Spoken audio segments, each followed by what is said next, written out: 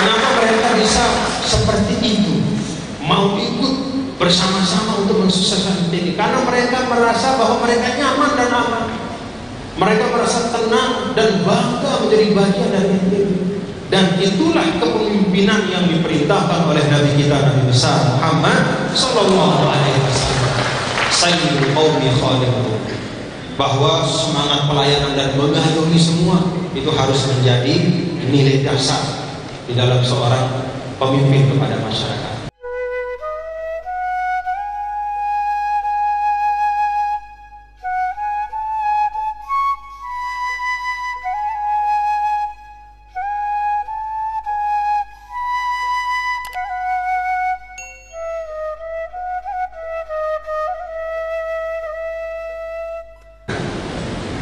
Dulu bapak-bapak dan ibu-ibu, adik-adik, para mahasiswa-mahasiswi, ketika Tuan Guru Bajang itu tahun 2008 diminta oleh para ulama, para tokoh termasuk guru-guru saya, Tuan Guru Bajang maju jadi gubernur.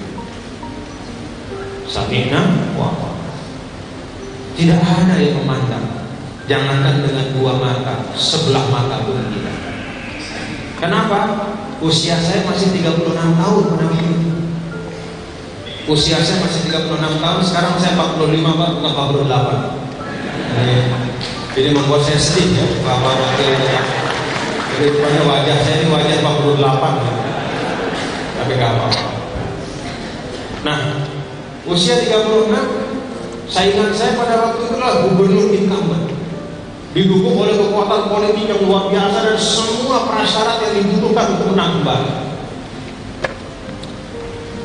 sebagai gubernur. Yang kedua itu mantan sekda, birokrat senior yang dihormati oleh semua. Yang ketiga itu adalah birokrat NTB, putra NTB yang lama berkarir di Jakarta. Disandingkan dengan tiga tokoh yang memiliki pengalaman politik dan birokrasi yang mumpuni, maka Tuan Guru Bajang ini hampir-hampir tidak ada pengalaman politiknya kecuali sebagai anggota DPR dan tidak memiliki pengalaman birokrasi apa. Tetapi hasil tidak akan mengkhianati proses. Inna Allah la yazlimu mithqala dzarratin wa in taku hasanatan yudha'ifha. Apa yang kita perjuangkan hari ini, modalnya selain karunia Allah adalah apa yang kita lakukan kemarin dan sebelumnya. Saya memang tidak punya pengalaman birokrasi, saya punya pengalaman politik yang sangat minim dibanding calon-calon yang lain. Tapi jauh sebelum 2008, ketika saya pulang dari Kairo, itu saya terjun ke masyarakat. Tidak ada niat menjadi apapun, hanya ingin menunaikan amanah ilmu. Tidak ada niat apapun kecuali meneruskan dengan apa yang saya mampu, warisan perjuangan dari kakek almarhum Maulana Syekh yang menjadi pahlawan nasional tahun kemarin. Ada majelis-majelis beliau yang saya ingat lebih dari 125 majelis. Ada majelis beliau yang ketika saya datangi masih ditandu oleh masyarakat di sini karena melewati sungai. Ada majelis beliau yang ketika saya datangi saya harus menunggang kuda karena tempatnya tidak bisa diakses oleh kendaraan umum. Saya bisa bayangkan puluhan tahun sebelumnya ketika beliau membuka tempat itu bagaimana sulit medannya. Tapi saya tempuh. Tidak ada obsesi apapun. Saya hanya ingin ikut berkontribusi untuk masyarakat dengan kesungguhan hati, dengan visi yang jelas. Visi saya, NTB harus berubah masyarakatnya dari apa yang disebut oleh Bapak moderator tadi. NTB itu saya disebut nasib tergantung Bali. Nanti Tuhan bantu. Kapan nanti? Nanti. Obsesi saya, bagaimana supaya NTB ini bisa berubah menjadi nasib ternyata berkah. Nah, apa yang saya lakukan dengan niat dakwah, mengajar, memimpin institusi pendidikan, terjun di dalam pemberdayaan umat, pemberdayaan masyarakat, termasuk ada pemberdayaan ekonomi. Ketika saatnya pada 2008 itu saya dicalonkan sebagai gubernur, alhamdulillah semua titik-titik kebaikan itu kemudian berhimpun menjadi kekuatan dan dengan izin Allah memenangkan kontestasi pada 2013. Pada 2013 alhamdulillah berhasil kembali dengan persentase kemenangan yang lebih besar. Kenapa? Alhamdulillah karena dengan ikhtiar bersama di NTB dalam kepemimpinan ulama, yang disebut kepemimpinan ulama yang mungkin tidak banyak di Indonesia. Alhamdulillah NTB mencatatkan prestasi-prestasi yang membanggakan.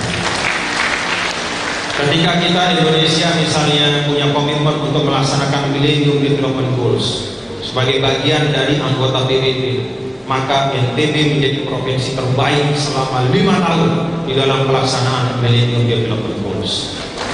Jadi pendidikannya, kesehatannya, dan semua yang terkait dengan tujuan-tujuan pembangunan milenium di NTB itu terbaik. Kemudian ketika bicara tentang pembangunan sumber daya manusia, beberapa kali NTB tercatat sebagai provinsi yang percepatan peningkatan IPM-nya itu termasuk yang terbaik di Indonesia. Ketika bicara tentang penurunan kemiskinan, kita NTB juga termasuk provinsi yang paling progresif di dalam penurunan kemiskinan. Ketika bicara pertumbuhan ekonomi, alhamdulillah beberapa tahun terakhir pertumbuhan ekonomi NTB di luar tambang itu mencatatkan pertumbuhan yang lebih tinggi di atas rata-rata nasional. Itu hasil dari ikhtiar bersama. Paling tidak ini membuktikan bahwa ketika kepemimpinan itu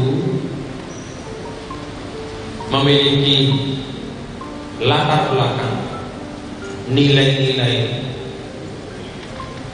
agama yang kuat, ternyata tidak menyebabkan kepemimpinan itu menjadi kepemimpinan yang biasa-biasa saja. Apalagi ada istilah karena latar belakang Islamnya kuat berarti nanti yang non muslim akan didiskriminasi. Kasus NTB alhamdulillah tidak ada. Kemarin bapak-bapak, ibu-ibu, kalau ada yang sempat datang ke NTB pada saat musabaqah tilawatil Quran tingkat nasional, bapak-bapak dan ibu-ibu yang pernah datang atau ada adik-adik yang pernah menonton di tayangannya, itu bisa melihat bahwa di NTB itu ketika NTQ semua elemen masyarakat non muslim juga ikut bersama-sama membantu mensukseskan. Ada komunitas Tionghoa, mereka menyumbang 1000 lampion di kota Mataram, terang benderang sepanjang malam. Bukan Imlek tapi NTQ. Lampionnya biasanya kalau Imlek itu hanya sekedar lampion, tapi untuk MTQ komunitas Tionghoa itu menyumbang lampion yang di lampion itu ditulis dengan Al-Asmaul Husna. Kenapa mereka bisa seperti itu, mau ikut bersama-sama untuk mensukseskan MTQ? Karena mereka merasa bahwa mereka nyaman dan aman. Mereka merasa tenang dan bangga menjadi bagian dari NTB.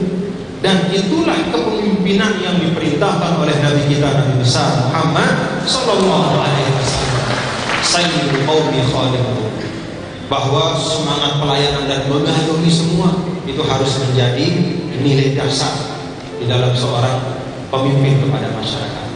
Maka walaupun di Nusa Tenggara Barat itu mayoritas muslim, yang disebut dengan Pulau Seribu Masjid, tapi komunitas-komunitas muslim, warga-warga Kristen, Katolik, Hindu, Buddha, Konghucu, Tionghoa, aman, nyaman, dan merasa menjadi bagian yang tidak terpisahkan.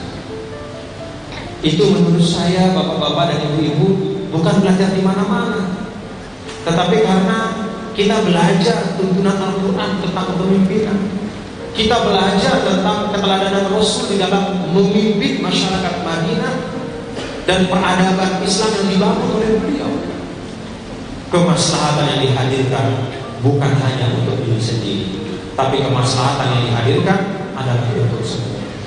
Maka Rasul Shallallahu Alaihi Wasallam memberikan pesan, khairun nas anfa'uhum linnas. Oleh karena itu, kalau kepemimpinan itu bicara tentang tata nilai, maka kepemimpinan Islam itu adalah kepemimpinan yang syarat dengan nilai-nilai mulia. Kalau kepemimpinan itu bicara tentang kepeloporan untuk melakukan perbuatan baik dan melakukan transformasi masyarakat menuju kepada yang lebih baik, maka bahan baku untuk melakukan transformasi masyarakat itu dapat kita temukan di dalam Al-Quran, di dalam Sunnah Rasulullah SAW, dan dalam praktek kepemimpinan umat sepanjang lebih dari 6 abad. Jadi sesungguhnya ketika bicara tentang kepemimpinan ulama, maka di dalam ungkapan itu sesungguhnya ada optimisme bahwa insya Allah lulusan-lulusan dari lembaga-lembaga pendidikan keagamaan termasuk UIN Ar-Ramili ini, ketika dia menjadi pemimpin, maka insya Allah dia akan menjadi pemimpin yang adil dan memiliki integritas yang tinggi.